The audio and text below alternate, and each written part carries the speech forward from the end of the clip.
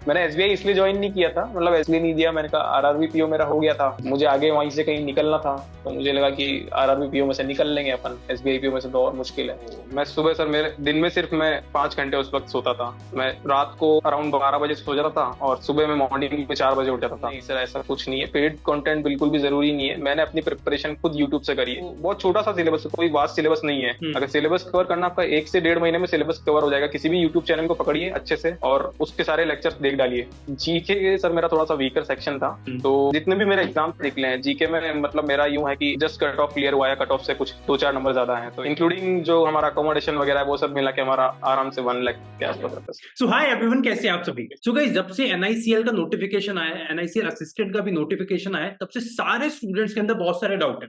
भाई home posting मिलती है कि नहीं मिलती है, वर्क लाइफ बैलेंस कैसा है, प्रेशर कैसा है, एग्जाम का पैटर्न में जो इंश्योरेंस अवेयरनेस वाला पोर्शन आता है उसको क्या करना है, बहुत सारे अलग अलग डाउट्स इसके साथ आपके बहुत सारे हैं। तो भाई हमने सोचा ऐसा क्यों ना करेंगे, भाई एनआईसीएल एओ को ही बुला लिया जाए, भाई जिन्होंने खुद ही एग्जाम देके पहले अटेम्प्ट में एग्जाम निकाल लिया है, पर उससे ज्यादा क्लैरिटी आपको और कोई नहीं दे सकता। तो भाई आइए गाइस, वेलकम करते हैं शिवांशु मित्तल का। भाई इनसे जितनी ज्यादा क्लैरिटी हो सकती है सारी लेने की कोशिश करेंगे और इनका पूरा ज्ञान आज निचोड़ के इनको निकाल के भेजेंगे।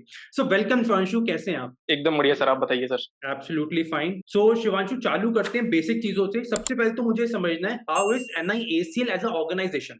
भैया ऑर्गेनाइजेशन कैसी है, यहाँ का वर्क लाइफ बैलेंस कैसा है, भाई क्या ऑफिस में बहुत ज्यादा परेशानी है काम को लेके, या काम ठीक ठाक होता है, मतलब कैसा है, और कितने बजे फ्री होते हैं शाम को। So first of all thank you so much अपने इस यूट्यूब चैनल पर मुझे इनवाइट करने के लिए। और जैसा कि आप पूछ रहे हैं एनआईसीएल एओ का वर्कलोड और वर्क लाइफ बैलेंस कैसा है, तो सर मुझे इस ऑर्गेनाइजेशन में काम करते हुए अभी लगभग 13 महीने हो चुके हैं, और इससे पहले मैंने बैंक में भी काम किया था। रीजनल रूरल बैंक में मैंने इससे पहले काम किया था। तो अगर बैंक से मैं इस चीज को कंपेयर करूं तो sir there is literally no comparison. Bank से काफी ज्यादा यहाँ पर रिलैक्स आप फील करेंगे अगर आप यहाँ पर आते हैं तो। और इसके अलावा अभी मैं जैसे ऑफिस जाता हूँ तो जनरली मेरा टाइमिंग जो होता है सर वो होता है 10 से 5:45 का।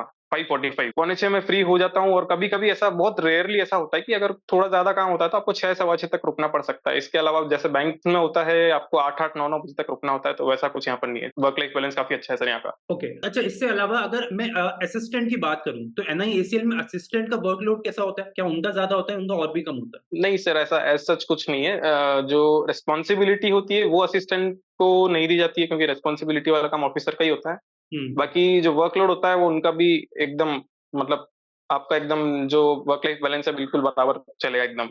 बिल्कुल और उनका भी ऑफ कोई फाइव ऐसा फाइव हाँ फोर्टी लोड नहीं फाइव होगा। पूरा 5:45 पूरा ऑफिस बंद हो जाता है, सब निकल जाता है। बिल्कुल बिल्कुल सर, बिल्कुल सर। क्या बात है यार, ये तो बेहतरीन और मजा आ गया बात सुन के। तो शिवांशु इसके साथ अच्छा एक पॉइंट आपने बताया कि आपने इससे पहले बैंक में भी काम करा है, तो ये हाँ आपको जी सर। एक तो मुझे समझना है आपको कितना समय हुआ था बैंक की तैयारी करते हुए, मतलब आपने कब ग्रेजुएशन, हम्म उसके बाद आपने कौन कौन से एग्जाम्स दिए हम्म और कौन कौन से एग्जाम किस किस अटेम्प्ट में आपने निकाले, ये बताइए। सर बेसिकली मेरा 2019 के अंदर मेरा ग्रेजुएशन कंप्लीट हुआ, मैंने बीटेक किया था। तो उसके बाद में मेरा टेक्निकल फील्ड में नहीं हो पा रहा था सिलेक्शन, तो मैंने सोचा कि नॉन टेक में अभी ट्राई करते हैं। तो नॉन टेक में मैंने एसएससी सीजीएल ट्राई किया, तो सीजीएल में मेरा फर्स्ट जो 2019 वाला सीजीएल मैंने दिया था, उसमें मेरा फाइनल सिलेक्शन जो था कुछ 10 से 12 मार्क्स से वो रह गया था, मतलब। उसके बाद मैंने सोचा कि अभी काफी अनसर्टेनिटी थी सीजीएल के अंदर, काफी लंबा चौड़ा प्रोसेस था उस टाइम पर, अभी तो काफी फास्ट हो गया है। तो फिर मैंने सोचा कि अभी बैंकिंग एग्जाम्स ट्राई करता हूँ मैं। तो बैंकिंग एग्जाम्स में मैंने फिर फर्स्ट अटेम्प्ट में मेरा एसबीआई क्लरिकल भी क्लियर हुआ था, और इसके अलावा मैंने आरआरबी क्लरिकल आरआरबी पीओ दोनों क्लियर किया। राजस्थान से मैंने क्रैक किया था, तो मेरा राजस्थान बड़ौदा ग्रामीण बैंक में मैंने ज्वाइन किया था, वहां पर मैंने एज ए पीओ 10 महीने काम किया सर। ओके, और उसके बाद फिर आपने मतलब एज अ वर्किंग कैंडिडेट फिर एनआईएसीएल का एग्जाम निकाला था। नहीं एक्चुअली सर, एग्जाम मेरा पहले ही हो गया था, और इसका जो रिजल्ट है वो जब मैं काम कर रहा था बैंक में तब मेरा रिजल्ट आया था। Okay okay, I got it, hmm. मतलब आप तैयारी कर रहे थे तभी ये साथ में सारे एग्जाम्स दिए और उसके बाद जब ये सारा हो गया फिर जी आप सर। निकला, ठीक है। अच्छा मुझे एक बात समझनी है कि जी अभी सर। आप एनआईएसीएल में काम कर रहे हैं तो वर्क लाइफ बैलेंस बहुत अच्छा है जैसे आपने बताया, तो क्या आगे किसी और एग्जाम की हम्म। तैयारी कर रहे हैं, क्या फिर से एसएससी के बारे में सोच रहे हैं या कोई और एग्जाम। नहीं सर, एसएससी के बारे में मैं नहीं सोच रहा हूँ अभी। जनरली अगर मैं यहाँ से जाना चाहूंगा तो किसी ऐसी जगह पे जाना चाहूंगा, या तो मुझे सैलरी इससे काफी अच्छी मिले, या फिर मुझे अपना होम स्टेट मिले। तो सीजीएल में वो केस नहीं है सर। सीजीएल में अगर आपको अपने होम स्टेट में जाना है तो दैट इज वेरी डिफिकल्ट। आपको अंडर 100 या 200 आपको रैंक लानी पड़ेगी, स्पेशली आप अगर नॉर्थ से हैं तो। हम्म। तो आई थिंक सीजीएल एक अच्छा ऑप्शन नहीं है यहाँ से, क्योंकि यहाँ पर सैलरी जो है, तो अगर आप सीजीएल की टॉप पोस्ट से अगर आप कंपेयर करते हैं, सैलरी स्टिल आपकी जो है उससे 21 ही रहेगी, उससे 19 नहीं होगी सर। मतलब टॉप तो पोस्ट से आप सीजीएल यहाँ से। डबल है हाँ उसको जी। कंपेयर अगर हम करें तो। जी सर, जी सर, अगर हम पर्क्स और सब कुछ मिला के देखें तो सैलरी आपकी उससे भी अच्छी होगी यहाँ पर सर। अच्छा, अगर सैलरी की बात हो तो क्या मुझे आप बताएंगे कि आपको कितना सैलरी पर मंथ मिलता है ग्रॉस, नेट, और इसके अलावा अलाउंसेस हम्म। मिलते हैं? हाँ जी सर, मैं स्टार्ट करता हूँ सर बेसिक से। तो अगर आप एक एओ के पोस्ट पर ज्वाइन कर रहे हैं न्यू इंडिया में, तो आपका बेसिक जो होगा वो होगा 50,925। ओके। और इसके अलावा अपना जो बेसिक कंपोनेंट्स होते हैं, डीएनएस अलाउंस हो गया आपका, सिटी कंपनसेटरी अलाउंस हो गया, जो कि आपको हर सिटी में तो नहीं मिलता है, लाइक जो सी क्लास सिटीज होती है उनको छोड़ के आपको हर सिटी में मिलता है। हम्म। इसके अलावा अपना कन्वेंस अलाउंस एक होता है, वो आपको मिलता है पर मंथ लगभग आपको 2 के आपका जो होता है कन्वेंस अलाउंस मिलता है। इसके अलावा जब आप सर इंश्योरेंस कंपनी ज्वाइन करते हैं तो आपको एक बेनिफिट है कि आपका जो मेडिक्लेम है वो कंपनी आपको फ्री ऑफ कॉस्ट प्रोवाइड करती है। मतलब अगर आपके फॉर एग्जाम्पल अगर आपके 1,000 रुपीज लग रहे हैं किसी मेडिक्लेम के, तो उसका 75% कंपनी पे करती है। इसके अलावा हमें सर एक डोमिसिलियरी अलाउंस मिलता है जो कि साल में एक बार मिलता है, वो होता है सर अराउंड 20 के। और एक लीज अकोमोडेशन की जो फैसिलिटी है सर यहाँ पर कंपनीज में सिटी के हिसाब से वेरी करती है सर। मुंबई में आपकी हाईएस्ट लीज आपको मिलती है। तो मुंबई जैसी सिटी में दिक्कत क्या आती है सर, आप कोई सी भी जॉब में ज्वाइन करते हैं, सबसे बड़ी दिक्कत वहां पर है अकोमोडेशन की। बट न्यू इंडिया या आप किसी भी अच्छी इंश्योरेंस कंपनी में, जनरल इंश्योरेंस कंपनी में ज्वाइन कर रहे हो, तो आपको 35 के वहां पर लीज का पैसा मिलता है सर मुंबई के अंदर एट प्रेजेंट। हम्म। और फ्यूचर में अभी चांसेस हैं कि वो रिवाइज होकर और बढ़ जाए। मतलब ऑल इन ऑल इसके देखा अलावा जाए जैसे तो आपको, आपका, हाँ, मुझे ऐसा हाँ लग जी, रहा है, कैलकुलेट करूं तो ऑल इन ऑल आपका ग्रॉस बनता होगा अराउंड 80-85 के आसपास, और अलाउंसेस मिला के हाँ आपका जी सर, 1.2 के 1.2 1.3 के आसपास। Yes sir, yes sir, yes sir. Including जो हमारा अकोमोडेशन वगैरह है वो सब मिला के हमारा आराम से 1 लाख के आसपास आता है। हाँ, 1.1 1.2 समथिंग जाएगा, ये मैं समझ गया। जी सर। मतलब सैलरी बहुत हम्म। अच्छी है, वर्क लाइफ बैलेंस अच्छा खासा, मतलब आपने बताया खैर बहुत ही बेहतरीन है, 5:45 पे आप जनरली फ्री हो जाते हो। अब यहाँ तक हमने बात बिल्कुल सर। करी, अंशुल, एक जो चीज जो सब सारे स्टूडेंट्स का डाउट होता है उस पर सबसे पहले बात कर लेते हैं। यहाँ पे सेक्शन वाइज बात करेंगे क्योंकि आपने भी अभी लेटेस्ट ही एग्जाम हम्म। निकाला, तो आप बहुत अच्छे से इस बात पे गाइड कर पाएंगे। तो सेक्शन वाइज चालू करते हैं, ठीक है? तो सबसे पहले बात कर लेते हैं इंश्योरेंस अवेयरनेस की, या पूरे सेक्शन की बात हम्म। करते हैं जनरल अवेयरनेस। तो इसको ब्रेक करके बताइए, कितना करंट अफेयर्स, कितना बैंकिंग या इंश्योरेंस अवेयरनेस, कितना स्टैटिक, इसको कवर करिए। सर जो जीए सेक्शन है हमारा, उसको बेसिकली हम डिवाइड कर सकते हैं करंट अफेयर्स में, और जो स्टैटिक जो बैंकिंग आपका पार्ट है उसमें हम डिवाइड कर सकते हैं। तो बैंकिंग का ऐसा है, अगर आप स्क्रैच से तैयारी कर रहे हो तो once you go through the banking lectures, आपको यूट्यूब पर काफी सारे चैनल है जो मिल जाएंगे आपको, कुछ 30-40 वीडियोस या फिर पीडीएफ भी हैं, ऑलिव बोर्ड है मार्केट में, काफी सारी पीडीएफ है, अड्डा है। उनसे आप एक बार प्रिपेयर कर लीजिए। बैंकिंग अवेयरनेस ऐसा है कि वो स्टैटिक है, और एक बार आपने वो कर लिया तो आपको सारे एग्जाम्स में हेल्प करेगा। इंश्योरेंस में भी हेल्प करेगा, और बैंकिंग के जो भी 7-8 एग्जाम्स हमारे पास, एसबीआई क्लरिकल, पीओ, आईबीपीएस, सारे एग्जाम्स में आपको हेल्प करेगा। तो वो तो आपको स्टार्टिंग में कर ही लेना है। इसके अलावा जो करंट अफेयर्स आपका है, जैसे मैं प्रिपेयर करता था तो मेरे टाइम में मैं अफेयर्स क्लाउड प्रेफर करता था सर। उसमें अफेयर्स क्लाउड से मैं जैसे वीकली पीडीएफ उसका कर लिया आपने। हम्म। इसके अलावा अगर आपको मंथली कवर करना होता था तो मैं अपना अड्डा का जो द हिंदू रिव्यू करके एक पीडीएफ वो निकालते हैं, हम्म। तो वो मैं कवर करता था सर। तो ये 2 सोर्स मैंने पकड़ रखे थे उस टाइम, अफेयर्स क्लाउड और अड्डा, उनसे मैं प्रिपेयर करता था। ठीक है, और इंश्योरेंस अवेयरनेस के लिए क्या करा, एनआईएसीएल एओ के लिए? हाँ जी सर, इंश्योरेंस अवेयरनेस में सर मैंने एक तो पीडीएफ फॉलो करी थी, वो ऑलिव बोर्ड की, बट स्टार्टिंग में मुझे थोड़ी बोरिंग सी लगती थी, पढ़ने में मजा नहीं आ रहा था। तो इजी करने के लिए उस टाइम एक चैनल है बैंकर शाला करके, दीपक भारद्वाज सर, इस पे उन्होंने काफी अच्छे से 7-8 वीडियोस हैं उनके, तो हम्म। काफी ब्रीफली उन्होंने काफी अच्छे से उन्होंने समझा रखा है। आप पूरे वीडियोस भी देखेंगे तो हार्डली वो 2 घंटे के भी नहीं होंगे मेरे हिसाब से। हम्म। से मैंने देखा था तो काफी सिंप्लीफाई हो गई थी चीजें, काफी इजीली उन्होंने बता दिया था। और इंश्योरेंस ऐसा कोई बहुत ज्यादा डीपली आपको नहीं पूछा जाता एग्जाम में, बिल्कुल बेसिक बेसिक क्वेश्चन इंश्योरेंस से पूछे जाते हैं आपसे। ओके, मतलब मैं समझ गया, मतलब अगर आप ऊपर ऊपर से भी पढ़ लो, आपको बेसिक ऊपर ऊपर वाली नॉलेज भी हो गई, तो गहराई में जाने की जरूरत नहीं है। हाँ जी सर। अगर आप ऊपर ऊपर बिल्कुल सर। पढ़ोगे तो फिर नंबर बहुत कम हो जाएंगे, तो पढ़ना भी चाहिए ऊपर ऊपर से, एटलीस्ट देख तो लो एक बार। एक्चुअली उतना टाइम नहीं है ना सर कि आप डीप में पढ़ सको। अब हम्म। इंश्योरेंस आप अलग से पढ़ने बैठेंगे तो आपके पास अलग अलग बुक्स है। इंश्योरेंस इंस्टीट्यूट ऑफ इंडिया एक हम्म। है, मुंबई का इंस्टीट्यूट है, वो सारी बुक्स पब्लिश करता है। तो अगर आप वो सब पढ़ने बैठ गए तो आप बाकी सब्जेक्ट्स नहीं कर पाएंगे, आप मैथ्स नहीं कर पाएंगे, आप रीजनिंग नहीं कर पाएंगे, आई तो थिंक आपको वो वो भी करना चाहिए सर। अननेसेसरी भी होगा क्योंकि उतना तो डीप में आता भी नहीं होगा, है ना? हाँ जी सर, बिल्कुल उतना डीप में आता भी नहीं है। अच्छा, और इसके अलावा अगर क्वांट की बात करें तो क्वांट आपने कहाँ से प्रिपेयर करा था? क्वांट सर मैंने वैसे तो ऑफलाइन कोचिंग ली थी, हम्म। पर उस टाइम बीच में जब कोचिंग मेरी चल रही थी तो उस टाइम कोरोना आ गया था, 2020 के स्टार्टिंग की बात है। तो फिर मैंने सर ऑनलाइन ही प्रिपेयर किया था। तो ऑनलाइन काफी सारे चैनल्स को मैंने फॉलो किया था, लाइक मल्टीपल सोर्सेज से मैंने तैयारी करी थी, ऐसा कोई फिक्स सोर्स नहीं। अनअकैडमी हो गया, या फिर मतलब आशीष अरोड़ा सर हो गए, इसके अलावा काफी सारे मतलब यूट्यूब चैनल से मिलकर मैंने प्रिपेयर किया था, ऐसा कोई फिक्स सोर्स नहीं है सर।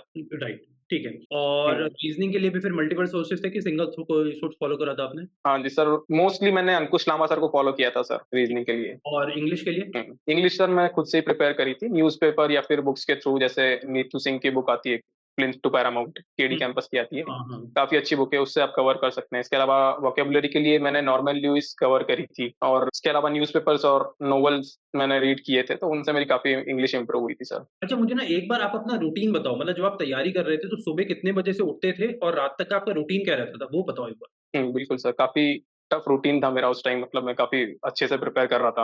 हम्म। तो मैं सुबह सर, मेरे दिन में सिर्फ मैं 5 घंटे उस वक्त सोता था। मैं रात को अराउंड 12 बजे सो जाता था, और सुबह में मॉर्निंग में 4 बजे उठ जाता था। उसके बाद में मेरा सुबह का रूटीन सिर्फ इतना होता था कि मुझे पता था कि मेरा इंग्लिश अच्छा है या मेरा मैथ्स अच्छा है, तो मुझे किस सब्जेक्ट पर काम करने की जरूरत है और किस सब्जेक्ट में मैं अपने स्कोर को मैक्सिमाइज कर सकता हूँ। हम्म। तो जैसे मेरा जब मैं एसएससी की प्रिपरेशन कर रहा था, उस टाइम पर इंग्लिश में काफी अच्छा स्कोर आ रहा था। जैसे आप 200 मार्क्स का पेपर होता है मेंस का, तो 200 में से आप 160 170 आप जा रहे हो, तो मेरा ये था कि वो अपना एक स्ट्रांग पॉइंट तो है ही सही, बट मैं सोच रहा था कि उसको मैक्सिमाइज कैसे किया जाए। तो उसके लिए सर जो मेन पार्ट होता है सर, वो आपका बैंकिंग चाहे देखो चाहे आप एसएससी देखो, तो कहीं ना कहीं जो वोकेबुलरी होता है हम्म। बहुत बड़ा रोल प्ले करता है सर उसके अंदर। तो हम्म। इंग्लिश की सर मैं 2 से 3 घंटे सिर्फ वोकेब कवर करता था सर, सुबह सुबह उठ के। ये मेरा रूटीन होता था इंग्लिश का, क्योंकि सुबह सुबह फ्रेश माइंड होता है और आप आराम से ग्रेस्प कर सकते हैं चीजों को। वो कैब कहाँ से प्रिपेयर करते थे आप? वोकैब के लिए 2-3 बुक्स मैंने फॉलो करी थी सर, नीतू सिंह और नॉर्मन लुइस करके एक है, सस्ती सी बुक आती है, 200 रुपए के अराउंड आपको मार्केट में कहीं भी मिल जाएगी, ऑनलाइन भी मिल जाएगी। काफी हम्म। अच्छी बुक है सर, उसमें काफी कवर कर रखा है। तो आप डेली 2 से 3 घंटा अकेले वो कैब प्रिपेयर करते थे? जी सर। इसके अलावा रीडिंग में टाइम देते थे, ग्रामर में देते थे, कि अकेले वो कैब? नहीं, रीडिंग में भी मैं टाइम देता था सर, लगभग 1 घंटा के लगभग मैं या तो नोवेल कोई बुक रीड करता था, हम्म। या फिर हमारा जो न्यूज़पेपर हुआ, इकोनॉमिक टाइम्स और ये इंडियन एक्सप्रेस हुआ, न्यूज़पेपर में पढ़ता था सर। मतलब डेली अराउंड आप 3 से 4 घंटे इंग्लिश में वो कैब प्लस रीडिंग को टाइम देते थे। इसके अलावा बिल्कुल सर। आर्ट, रीजनिंग, जीके को कितना टाइम देते थे आप? जीके सर मेरा थोड़ा सा वीकर सेक्शन था, हम्म। तो जीके में मेरा यही होता था कि मेरा करंट अफेयर्स हो जाए, और जितने भी मेरे एग्जाम्स निकले हैं जीके में, मतलब मेरा यूं है कि जस्ट कट ऑफ क्लियर हुआ है, कट ऑफ से कुछ 2-4 नंबर ज्यादा हैं, तो इतना कुछ जीके मेरा स्ट्रांग पॉइंट नहीं था। तो उस पर मैं कभी ज्यादा फोकस भी नहीं किया, क्योंकि मैंने फोकस करने की कोशिश करी तब भी मेरा स्कोर उतना कुछ मैक्सिमाइज नहीं हो, क्योंकि काफी अनसर्टेन होती है जीके, काफी मतलब उसमें आप कह नहीं सकते कि इतना मैंने पढ़ लिया, इतना टाइम मैं दे रहा हूँ तो मैं इतना स्कोर कर लूंगा जीके के अंदर। लेकिन बाकी सब्जेक्ट्स में आप ऐसा बोल सकते हो कि आप मैथ्स को इतना टाइम दे रहे हो, रीजनिंग को इतना टाइम दे रहे हो, तो आपको इंप्रूवमेंट उसमें दिखता है जेन्युइनली। एब्सोल्युटली। इसलिए सर मेरा मेन जो फोकस होता था वो रीजनिंग और मैथ्स पर होता था सर। ठीक है, और रीजनिंग का बताओ क्या था फॉलो आपका? रीजनिंग सर स्टार्टिंग में मैंने बस यूट्यूब से एक बार बैंकिंग का पूरा सिलेबस कवर कर लिया था। उसको आप कवर करने में आपको बहुत छोटा सा सिलेबस है, कोई वास्ट सिलेबस नहीं है। अगर हम्म। सिलेबस कवर करना आपका 1 से 1.5 महीने में सिलेबस कवर हो जाएगा। किसी भी यूट्यूब चैनल को पकड़िए अच्छे से और उसके सारे लेक्चर्स देख डालिए, तो आपका सिलेबस काफी कवर हो जाएगा। उसके बाद में सारा खेल प्रैक्टिस का ही है सर। मैं ज्यादा से ज्यादा पजल्स और ज्यादा से ज्यादा जैसे इनपुट आउटपुट हो गया मेंस के लिए, तो हम्म। मैक्सिमम उसकी मैं प्रैक्टिस करता था 2 से 3 घंटे डेली की। हम्म। उससे काफी मुझे बेनिफिट मिला सर। अच्छा, मुझे एक बात बताओ, अगर आपको आज किसी को एडवाइस हम्म। करना हो कि यूट्यूब वर्सेस पेड कंटेंट, तो आप क्या बोलोगे? यूट्यूब से किसी का जी, एग्जाम निकल सकता है, उसको पेड कंटेंट की तरफ जाना जरूरी है? नहीं सर, ऐसा कुछ नहीं है, पेड कंटेंट बिल्कुल भी जरूरी नहीं है। मैंने अपनी प्रिपरेशन खुद यूट्यूब से करी है, और यूट्यूब से एक बेनिफिट और है सर, आप जब यूट्यूब से आप प्रिपेयर करेंगे तो आप मल्टीपल सोर्सेज को फॉलो करेंगे सर। हम्म। आप ऐसा नहीं है कि आपने पेड कंटेंट ले लिया तो आपका ऐसा हुआ कि हाँ चलो हमने ये पेड कंटेंट लिया है, अब हम सारी तैयारी इसी से करेंगे। हम्म। तो उसका कोई, जैसे हर टीचर का अपना अपना कोई बेस्ट टॉपिक होता है सर। मैंने ये चीज देखी, मतलब यूट्यूब से कोई टॉपिक जैसे हुआ तो वो मैं किसी और टीचर से कवर कर रहा हूँ, कोई टॉपिक किसी और टीचर से। जैसे मैं सपोज रीजनिंग आपको बताता हूँ, रीजनिंग में कुछ टॉपिक्स मैंने अंकुश लामा सर से कवर किए, जैसे पजल्स थी, मैंने लगभग सारी प्रैक्टिस जो थी वो अंकुश लामा सर से करी थी। इसके हम्म। अलावा क्रिटिकल रीजनिंग हो गई या फिर इनपुट आउटपुट हो गया, तो वो मैंने राधे सर हैं हाँ। रीजनिंग के लिए, तो उनसे भी मैंने काफी कवर किए। अच्छा, एक हमारा पॉइंट बीच में भी रह गया था, मुझे अभी भी दिमाग में आया, हम पोस्टिंग की बात कर रहे थे। तो अभी मुझे अगर आप हाँ ये जी सर। बताओ कि एक एज ए ऑफिसर और as a assistant, for example अगर हम असिस्टेंट की भी बात हम्म। करें, तो मान के चलो किसी ने, आप राजस्थान से हैं, तो फॉर एग्जांपल किसी ने राजस्थान जी से सर। एग्जाम को फिल करा इस बार, तो कितना चांस होता हम्म। है कि हमें होम पोस्टिंग, मतलब होम डिस्ट्रिक्ट मिल सकता है इसका? वो डिपेंड करता है सर, आपके आपने जिस जहाँ से फॉर्म फिल किया है वहाँ पर एक तो ओवरऑल वैकेंसीज कितनी है, उसके अलावा आप जिस डिस्ट्रिक्ट से हो, अगर वहाँ पर वैकेंसी होगी, और कंपनी प्रेफर करती है, मतलब कंपनी का ऐसा नहीं है कि वो अपने एम्प्लॉय को बहुत दूर रख रही है अपने हम्म। घर से। अगर आपके स्टेट में आपके डिस्ट्रिक्ट में वैकेंसी है तो आपको वो वहाँ पर पोस्टिंग दे देंगे। मतलब कंपनी का कुल मिला के फर्स्ट फोकस ये रहता है कि एम्प्लॉय अपने घर के पास रहे, जितना अगर वैकेंसी है तो उनको हाँ नजदीक जी सर। नजदीक देने की कोशिश करते हैं। बिल्कुल सर। चलो, ये तो खैर बहुत अच्छी बात है, और आई से कि मैंने बहुत कम ऑर्गेनाइजेशंस अभी तक सरकारी सुने होंगे जो ऐसा एम कर रहे हैं, जैसे आपने मुझे बताया कि कंपनी का खुद से एम रहता है कि एम्प्लॉय घर के जितना नजदीक रहे उतना अच्छा है। ये बहुत प्यारी बात बताई। अच्छा जी सर। शिवांशु, इसके अलावा जब आप प्रिपेयर कर रहे थे तो एक क्वेश्चन और जो मेरे दिमाग में अभी अभी आया, अबाउट मॉक टेस्ट सीरीज। तो आपने कितने हाँ जी मॉक सर। टेस्ट फॉलो करे और बेस्ट मॉक टेस्ट सीरीज आपके हिसाब से कौन सा था? सर मल्टीपल मॉक टेस्ट मैंने फॉलो किए थे, जैसे प्रैक्टिस मॉक हुआ एक तो, और टेस्ट सीरीज हुआ, और इसके अलावा स्मार्ट कीड़ा का एक मॉक टेस्ट आता है, वो भी मैंने फॉलो किया था। उसका काफी अच्छा होता है, जो एग्जाम का लेवल होता है।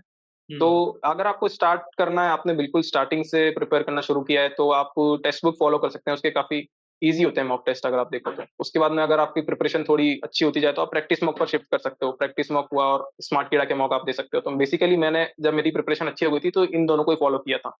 ओके। उससे मुझे काफी बेनिफिट मिला था सर। अच्छा, इसके अलावा भी कोई बुक फॉलो करी थी आपने थ्रू आउट? अभी आपने एसएससी के बताया कि नीतू मैडम वाली बुक फॉलो करी थी और आपने नॉर्मल लॉज फॉलो जी। करी थी, इसके अलावा कोई और बुक आपने फॉलो हाँ करी? जी सर, के अलावा सब्जेक्ट के लिए सर एज सच, ऐसा मैथ्स के लिए मैंने स्टार्टिंग में कोचिंग ली थी, बाकी मेरा पूरा कंटेंट यूट्यूब से मैंने प्रिपेयर किया था।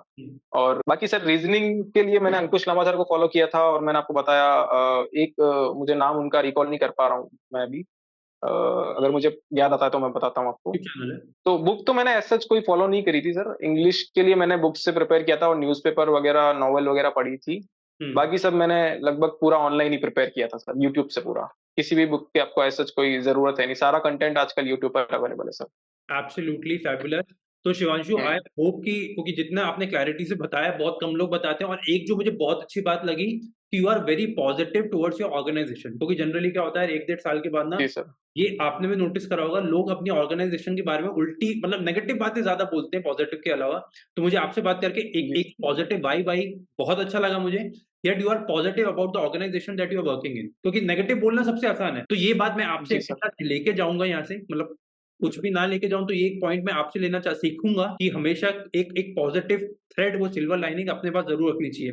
So thanks a lot Shivanshu for being here. आपने सारे डाउट्स बहुत क्लैरिफाई करे, बहुत क्लैरिटी से बताया, बहुत ऑनेस्टली आंसर करे। So I am very glad, and I hope कि स्टूडेंट को उनके सारे क्वेश्चंस के रिप्लाई मिल गए होंगे।